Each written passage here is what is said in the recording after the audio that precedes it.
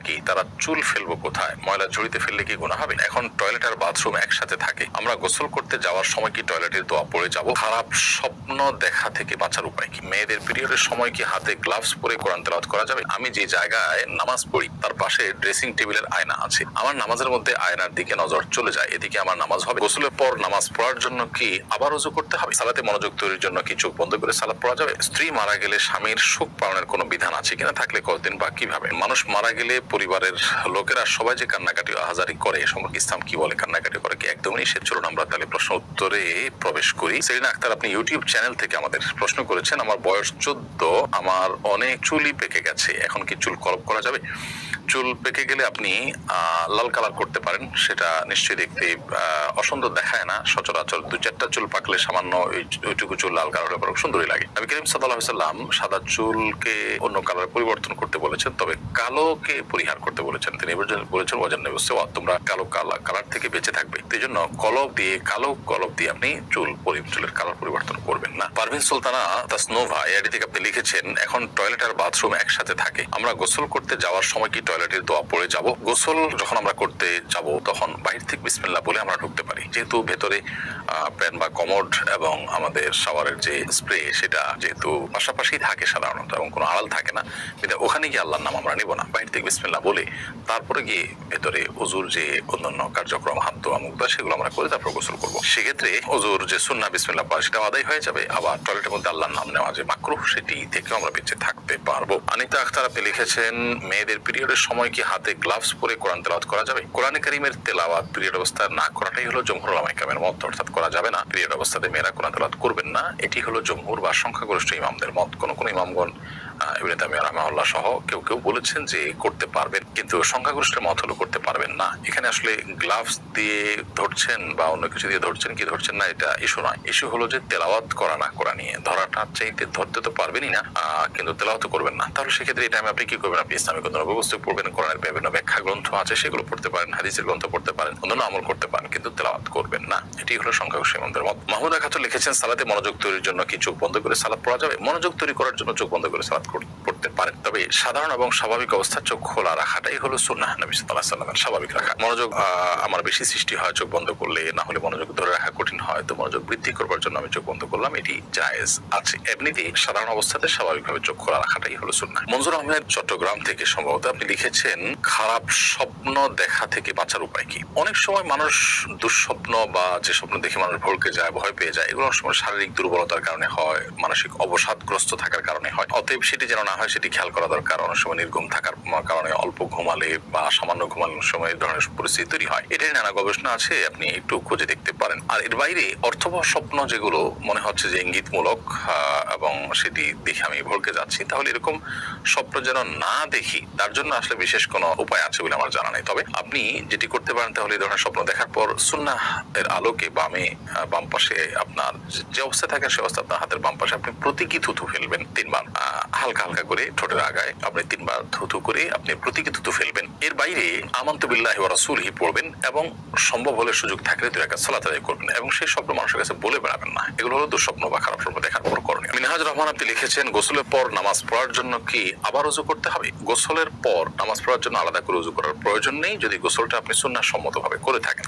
সুন্নাহ সম্মত গোসল কি? সুন্নাহ সম্মত গোসল হলো শরীরের কোনো জায়গায় নাপাক লেগে থাকলে, সেটা কাপড় হোক শরীর হোক, সেই জায়গাটাকে আগে আলতোভাবে ধুয়ে ফেলতে হবে। এরপর 2 হাতের কবজি ভালো করে ধুয়ে 3 বার ঠিক ওযুর মতো করে 3 বার কুলি, ওযুর মতো নয়, ওযুর নিয়ত করে একেবারে 3 বার কুলি, 3 বার আগে পানি, মুখ ধোয়া, হাত ধোয়া এবং মাথা মাসা করা। এরপরে পুরো শরীরে পানি ঢেলে আপনি গোসল শেষে 2 পায়ের গোড়ালি পর্যন্ত ধুয়ে আপনি চলে আসলেন। তাতে আপনার ওযু দিয়ে গোসল শুরু হলো, গোসল শেষ, ওযুর শেষ কাজটা পাও দিয়ে আপনি বের হয়ে চলে আসলেন।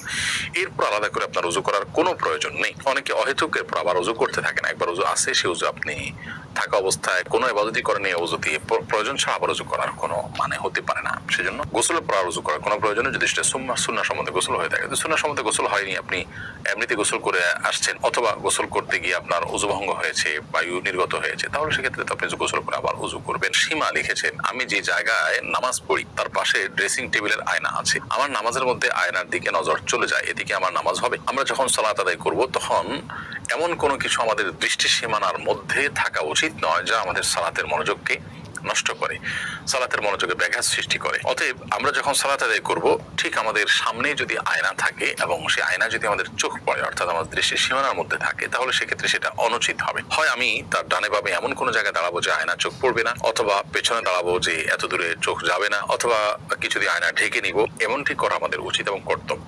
তারপরও যদি এরকমটি না করে আমরা আয়নাকে সামনে রেখে নামাজ আদায় করে ফেলি, নামাজ হয়ে যাবে, কিন্তু নামাজটি মাকরু হবে। আমাদের মনোযোগ নষ্ট হওয়ার মতো বিষয় সেখানে থাকার কারণে, বিশেষ করে যদি কেউ আয়নার দিকে তাকায়, সেক্ষেত্রে নামাজ মাকরু হবে।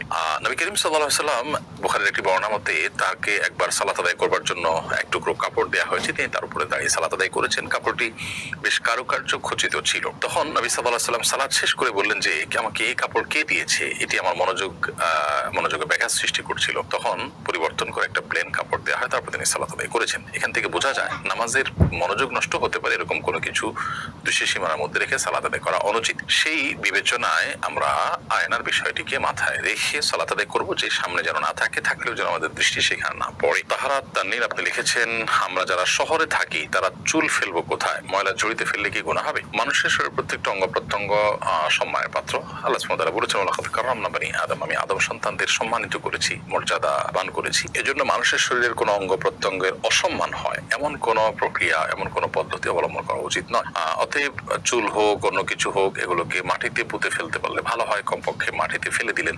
কিন্তু ময়লা আবর্জনার সাথে সেটা ফেলাটা এটা অনুচিত। তবে এর কারণে কোনো হারাম বা বড় গুনাহ হবে ব্যাপারটা সেরকম না। মুমিনুল ইসলাম লিখেছেন, স্ত্রী মারা গেলে স্বামীর শোক পালনের কোনো বিধান আছে কিনা, থাকলে কতদিন বা কিভাবে? সাধারণ যত শোক পালন আছে সেগুলো 3 দিনের বেশি শোক পালন করা জায়েজ নেই। নবী করিম সাল্লাল্লাহু আলাইহি ওয়াসাল্লাম পরিষ্কারভাবে জানিয়েছেন, মেয়েরা স্বামীর মৃত্যুর পর 4 মাস 10 দিন শোক পালন করবেন, নিবৃত্ত থাকবেন বিবাহ ইত্যাদি থেকে, এবং ইদ্যত পালন করবেন যথা নিয়মে। এর বাইরে স্বামী তার স্ত্রীর বিয়োগে, স্ত্রীর মৃত্যুতে তিনিও শোক পালন করবেন, কিন্তু সেটি 3 দিনের বেশি হবে না। অর্থাৎ শোক পালন বলতে বিয়ে শাদী থেকে বিরত থাকা, শোক প্রকাশ করা, এটা 3 দিন হবে, 3 দিনের বেশি হবে না।